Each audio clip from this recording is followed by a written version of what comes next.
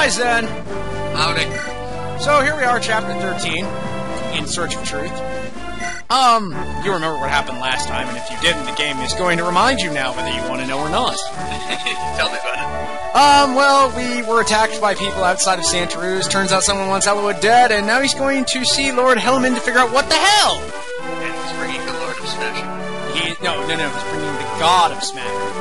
No, Dorcas the God of Smash and Bloodshed, Hector. So, this chapter is kind of a test. It's really a test to see if you remember everything that the game has taught you up to this point. Especially about recruiting people during combat. You remember how we recruited Dorcas, right? Dorcas Smash, yes. Well, there's a moment like that in this chapter, and you'll see it very early on. Okay, here we are again with our ominous music, and we finally have a name for our little evil man. His name is Ephidel. Damn it, evil Ephidel guy. And Lord Helman is kind of, he's had it up to here. You can't see where my hand is, but it's above my head with Ephidel. his evil plot, so he's going to tell Eliwood everything. Damn it, and here we have a name drop of the Black Fang. You remember those guys back from Chapter 7, right? The people trying to kill Nils? The people trying to kidnap the non-dragons, yeah. Yep. The totally not dragons. And when Lord Helman decides he doesn't want to have anything to do with the Black Fang anymore, they fucking straight up murder him. Just straight up murder the poor guy. We have to stick with his corpse. I don't know how this guy has green beard hair. Apparently he's a transformed leprechaun. I don't know. A fat leprechaun. He's a gnome. Hector decides he's going to solve this problem the same way he solves every problem, by shoving an axe in the man's face. Hector is not very good at solving problems, is he? Oh, no. He's exceptionally good at solving problems, just not solving them diplomatically. Oh. Didn't you kill him? Who? That one guy with the buck teeth. Oh, he's everywhere. Oh. There's like 50 of them. It's like Nurse Joy and Officer Jenny from Pokemon. There's just a million of them. They all have the same goddamn name. In any event, I kind of like what they do here. You'll notice how Guy is dressed in blue, but everyone else is dressed in red. Yeah. It's kind of to hammer home the point that you're supposed to recruit him. Not just kill him. Yeah, so as I don't know if you were paying attention, but one, he's a Myrmidon, so don't fuck with him. Two, Matthew saved his life a couple of months ago in Kalen, so we have to use Matthew to recruit him. Okay, so that's why you were so pissed off earlier when he got hurt by him. Yeah. So over here, I take Marcus to this house so you can see this, which is this guy summing up Guy. Now, the thing he mentions here is that Guy is carrying a killing edge, and a killing edge is a new kind of weapon that we first see in this chapter, and won't see again for a while unless you recruit Guy. It's a special sword, as I'll show you in a moment, that improves critical hit rate. It gives you a base 30% chance to crit while you wield it. Damn! Yeah! And to boot, it's really strong as well. It only has 20 uses, but it's really powerful. So the whole thing with Guy is you want to recruit him, because if you don't, or kill him, if you don't, he'll murk your face. I see. And remember, usually in this game a crit is an instant kill, unless it's against a boss. So don't mess with it. So here I give Hector the Iron Axe and just set him off to do what Hector does. Dirt face. Smash and cleave face like the butcher from Dota.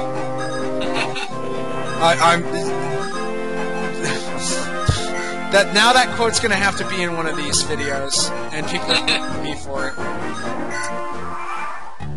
The enemies in this chapter are pretty much standard: soldiers, archers, and Guy. Chopper shits. Yeah. Oh, here Hector levels up for, I think, the first time. Yep. And you can see not too shabby. More speed. Well, given the fact that Hector is a giant rock, getting speed is a good thing. Yeah, I know. As you can see, I just sort of throw Hector up there and let him soak up all the hits. Ah, fresh meat! Feed your god! So yeah, that is that fighter dead.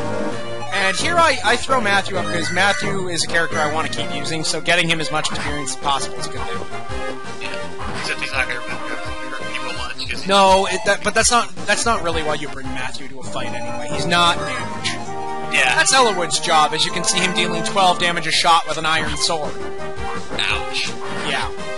Actually, characters like archers are probably the best thing to level Matthew on because they can't counterattack when he attacks them, so... And they're squishy. And they're squishy. Oh, and as you'll notice, I went back to turning off animations. Yeah. It was the very first thing I did in this chapter.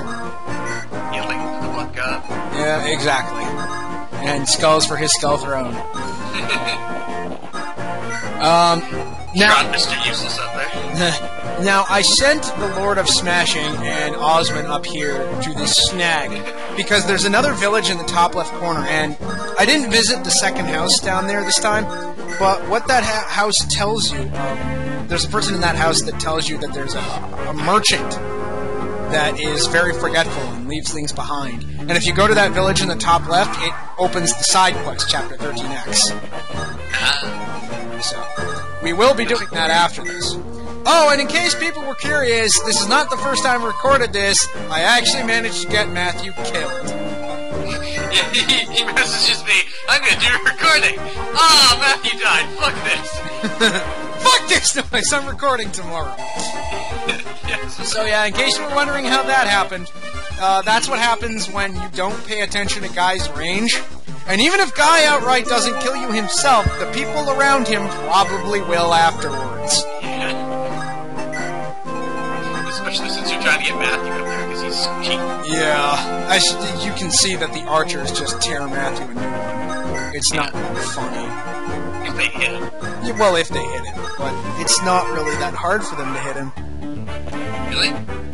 Yeah, but Matthew had, like, currently, because he doesn't have a lot of speed or luck, like he's kind of low end, they have like a 60% chance to hit him, so it's still a pretty good shot. Anyway, that's me showing off Guy's range. If you want to recruit Guy without having him move, which is kind of the way I recommend it, the best way is to wait for enemies to come to you, and put Matthew in that fortress and then have Matthew move up and talk to him. I don't do it that way because I live life on the edge. I'm gonna use Marcus as a meat shield. Anyway, this woman, we'll actually meet her again later in the game. But she's giving us a mine. And a mine is a... Old lady gives you mine. It's a peculiar item.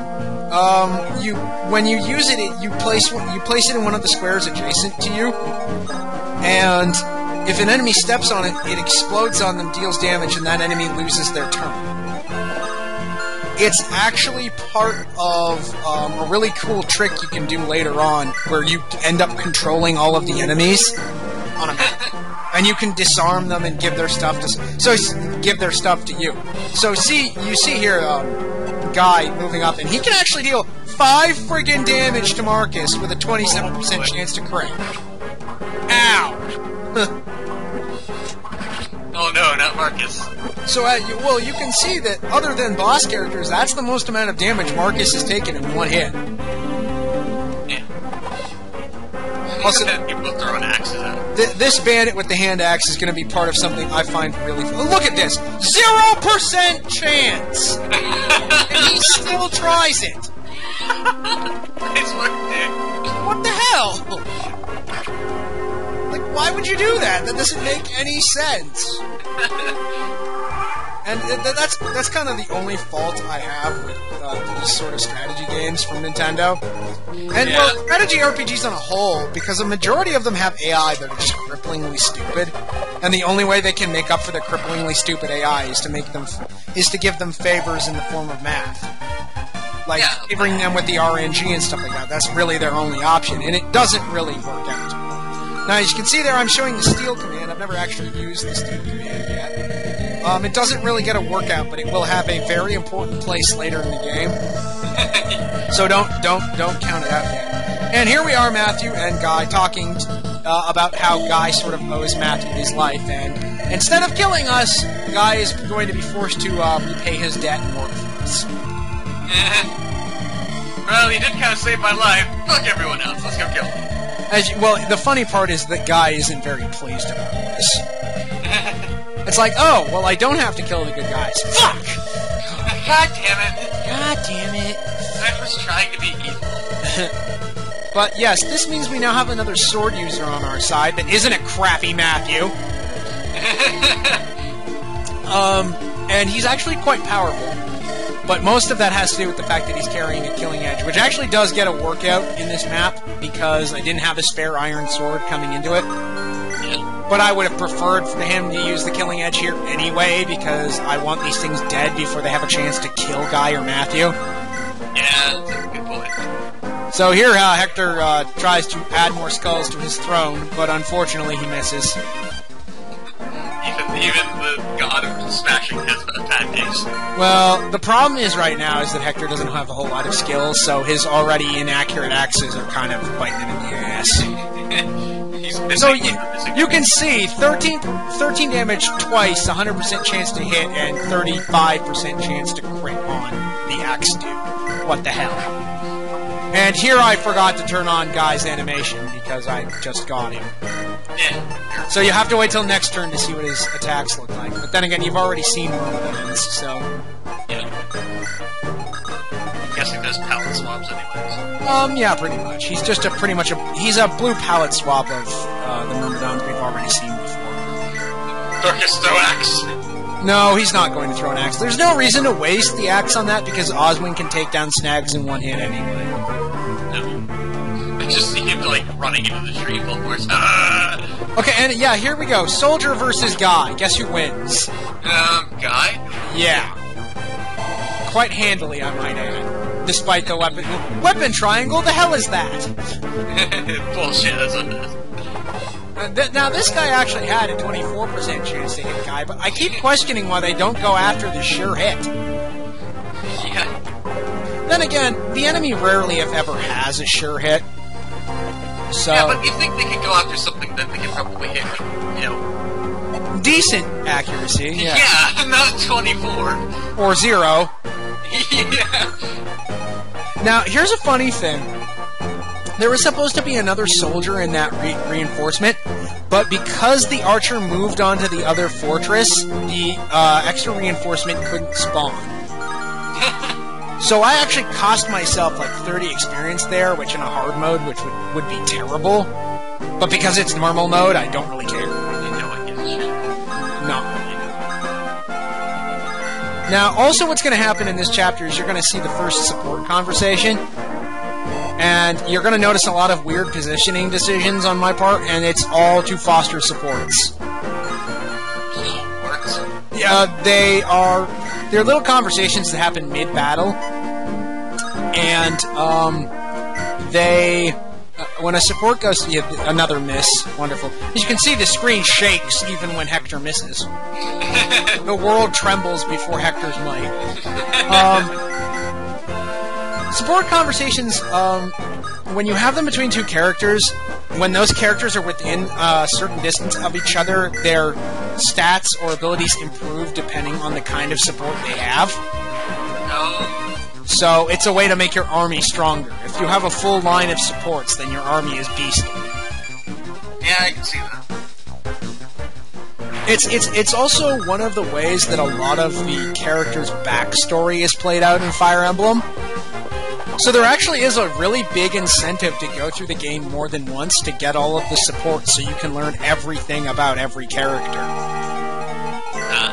Or you could just, you know, look it up from the beginning. Well, there's that too, but I mean, it's rewarding if you go... Oh, and there you go, crit. Is that not like the most bitchin' looking crit ever? Yeah. You split with 3 friggin' people! Actually, there are far better critical animations in the game, and you will get to see them, I assure you. This is the merchant we were talking about. His name is Merlinus, and if you have played Fire Emblem 6, you're probably laughing your blood off, but I haven't played 6 other than the first 2 maps, so I don't care. He gives us a torch, And that's not important now, but it will become important in the next map. Oh, good thing you have it. Yep.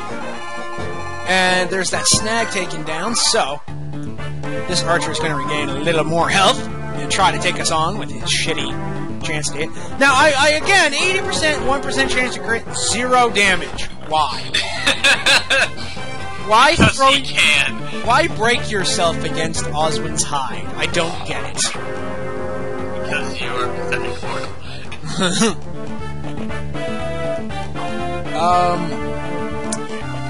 That pretty much sums that up. Another shot on Guy doesn't make a lot of damage. So this map's kind of winding down. There isn't much to see until the support conversation goes up. Good thing to note though is I had to give my iron axe to Hector so he wouldn't waste all of the wolf bale in like one chapter. Yeah. Which means that Dorcas has the steel axe. And as you're going to see, the power between an iron axe and a steel axe is actually quite substantial. Is that good or bad? It's a very good thing, but it might make you kind of, it might make you very scared of Dorcas. Now here I accidentally used the wolf bale again, but it's okay because I miss. I'm guessing if it misses, you don't take any durability loss. No, if an item misses, you don't take it. That would be cheap. And here we go, another crit. Goddamn. Well, yeah, but I mean, the whole thing is he's carrying a killing edge, right? So that's supposed to happen. Yeah. You're basically... Now look at that level up! Holy crap! Nice.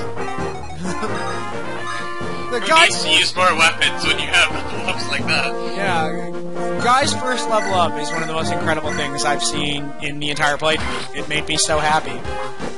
Who needs more? I do! Don't fucking don't... How dare you suggest that we don't need Rainbow Dash? How dare you! I'm starting to think if I should change that to Fluttershy. It suits our personality more. I think I've kind of just set it in stone now, so I don't have any choice. I started with Rainbow Dash, and that's how it's going to stay. We're going to end with Rainbow Dash. Exactly. So, here I use Matthew to soften the archer up so that Hector can try and finish him off. Because I want Hector to get as much experience as possible, because, as I'm sure you know, Hector is a god, and the sooner my god reaches max level, the better. As soon as this god reaches godliness. Shazam! Now, I want you to understand something. You know how Dorcas embeds his axe in people's head? Hector actually splits people down the middle. That's how amazing Hector is. Yeah, that'll do He likes to look at your kidneys while he kills you. Your kidneys are pink! Oh, yours are brown. You must have been a smoker. Here we have the first real store I visited. I just buy 2 iron swords, one to give to Guy, and one to hang on to for later, just in case. I was hoping there'd be another iron axe in that store, but there wasn't.